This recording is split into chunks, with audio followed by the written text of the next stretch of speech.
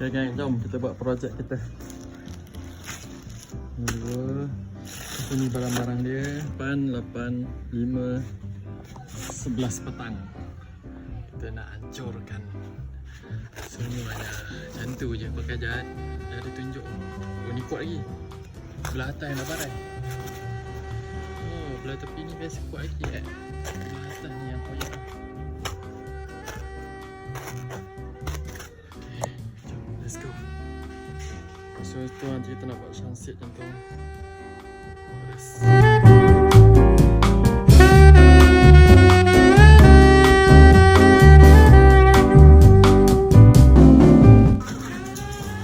Tapi geng, dekat kedai yang Uzah beli ni warna putih saja, nak warna putih.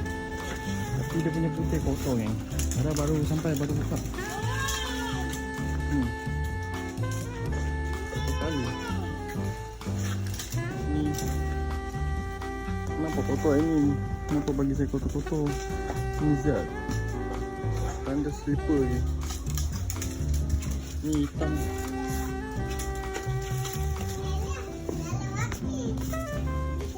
Ni zat gaib koyak je.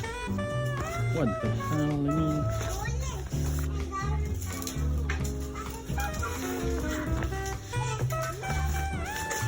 Okay, bahannya dah teruk.